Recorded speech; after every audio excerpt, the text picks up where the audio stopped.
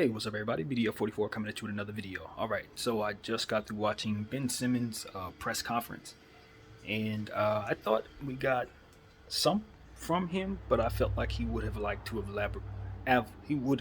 have elaborated more so on some of the things uh, that he had been going through and how he viewed um, people being skeptical of his mental health journey, I guess would be the way I put it, and what he's been able to convey through the media about that, um, in terms of it being released, saying that he's had mental issues or mental health issues, so to speak, um, that have kept him from being at his best or wanting to even play for the Philadelphia 76ers.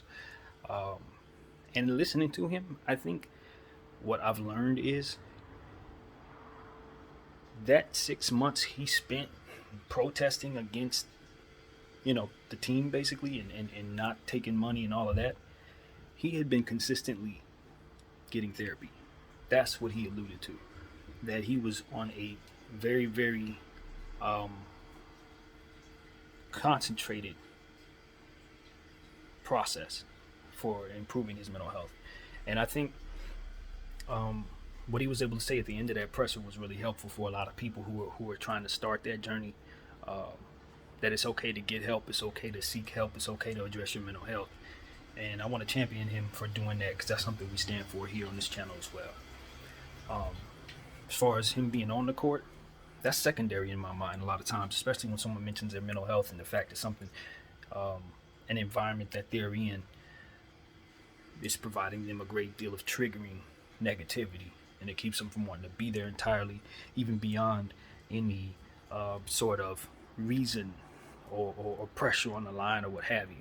I think that's a sheer sign that a person has gotten to a space that I can relate to, because of what I've been dealing with in my life over the last year or so, and even beyond, to be honest. So, it was good and refreshing to hear him speak about how he's healing and he's on that path to wellness. I think going forward, I'll be rooting for Ben 10. I'm already calling him Ben 10. He changed his number from 25 to 10 for the Brooklyn Nets. And I think he's going to do well there so long as he stays on the path of continuous work at that mental health issue. And, I think it's going to be a thing where I hope that the Brooklyn Nets as an organization, the players, and the fans are able to be patient with him because he is on a journey. You see what I'm saying? He isn't where he needs to be just yet. There may be still moments where he has to, pick himself back up. And with that, I wonder if the environment he's in will not further do damage in that way. Because it is Brooklyn. That is KD. That is Kyrie. Those guys, they have their own thing going on, as we all know. And how they approach the game and how they approach others, they're unique, especially KD. KD doesn't seem to have a whole lot of tolerance for a lot of stuff. And I just wonder if it's going to end up being negative for him mentally, and if that's going to translate to them having issues. But at the same time, I look at the presence of those guys. If they take to him properly, they'll get the best out of him. And I think that's going to be the concern. I love the idea of having Steve Nash there because Steve Nash was a passer. One of the more gifted passers in sports history, in my mind. Some of the passes I've seen him make in his prime were just second to none. So I'd imagine having someone like him coaching him can help. They're going to help one another. I think Steve Nash is going to appear to improve as a coach because he's going to have a facilitator like Ben to kind of facilitate some of his natural ability into. And I think that can be a very, very special dynamic. Because one of the problems that I've seen is that Steve Nash has not been excelling as a coach, as it pertains to some of the things that we're seeing down there with the Brooklyn Nets. They went on this long losing streak. You just want to see the team, him get better, him improve. And I just think what you're doing is bringing him a piece that's similar to himself in the sense that they both have that passing and that excess ability, on the floor to kind of make others better. And I think that that's going to be something that really translates out there. I'm going to be surprised to see what Ben turns into, excuse me, as a passer. Because we already know he has the gift, but he's going to have opportunities to get easier assists with such phenomenal, wings on the side of him. I know Kyrie tends to want to hold the ball a little bit. He's a person who handles the ball a lot in order for him to be at his best. But if he plays off ball at a stellar level, which I know he's more than capable of doing, this is going to be phenomenal, absolutely phenomenal. Because I think the problem would be Ben not having the ball in his hand enough to do what it is that he does naturally. That would be my only concern to the fit. KD can play off ball at all times. He can play on ball at all times and be just as good. He doesn't have anything that would keep him in terms of his game. It would not necessarily affect Ben Simmons in a negative way.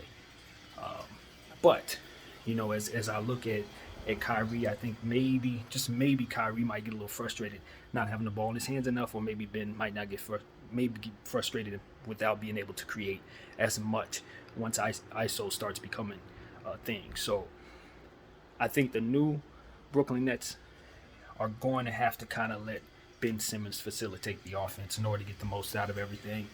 And if they do that, they're not going to lose too many games at all. I love the acquisition of Seth Curry as well. And I think that's going to be yet another weapon that Ben's going to be able to use and get easy assists off of. So, yeah, this is going to be an interesting situation on the court. It's just a matter of him kind of getting back in basketball shape. Because even if you're in the gym, you run around this and that, it's nothing like playing NBA basketball. So if they bring him along slowly, I think they'll be very happy they did. Yeah, man. And just, overall, I think he's in a situation where he can, like I said, I have my concerns personally in terms of his mental space and the environment he's walking into. But if they do a good enough job of putting the things around him to make him happy, they start getting some good wins, rise in the standings, I think he'll start forgetting about some of his issues and start really just getting back out there doing what it is that he's ultimately meant to do. Just play basketball and be one of the best defensive players and one of the best passers out there. So I expect that. He said he's working hard on his free throws. So I think that that's something that can translate. If he's been working, he should be better. And we're going to see if the work he's been putting in over the last year or so on his mental health is going to translate to how he approaches basketball. And not shying away from moments where he may have to face pressure, in terms of shooting the basketball or getting to the free throw line. Those are things that he's obviously got to battle through whatever's going on up here to make him be the best basketball player he can. And that he's on this journey and that is such a big deal to him, I think can have an amazing effect on him long term in terms of how he handles clutch situations. He's working on his head right now. So it's going to get to a point where if it works out the way it's supposed to, he's going to have more confidence and more control over himself in pressured situations than those who don't. And that's something that I'm curious to see over time. If he's not one of the more clutch players down the stretch of his career because of the work that he's putting in right now and what that journey can do to him, in terms of making him just overall more under control and less emotional or whatever the case may be. So you never know, man. These are the type of things you just don't realize sometimes how incorporating the right habits early in life can help you along the way in whatever your journey is. Because, if he didn't go through what he just went through, he would have never addressed the things that he did, and he is young, and that is a very good thing. So good luck to him on his journey. I would tell him, as long as you continue to keep good people around you, people that you can trust around you, they will help you through that. And yeah, man, good luck. That's what I got to say to Ben Simmons and the Brooklyn Nets. Obviously, I'm a Laker fan, so it's only so far I'm gonna take it. But I'm really happy for him, particularly getting out of that place that triggered him for however it went, and for him to get into a position where he could be ready to play again. So that's what it's all about, man. My name is BDF44. Thank you all for watching, and I'm out.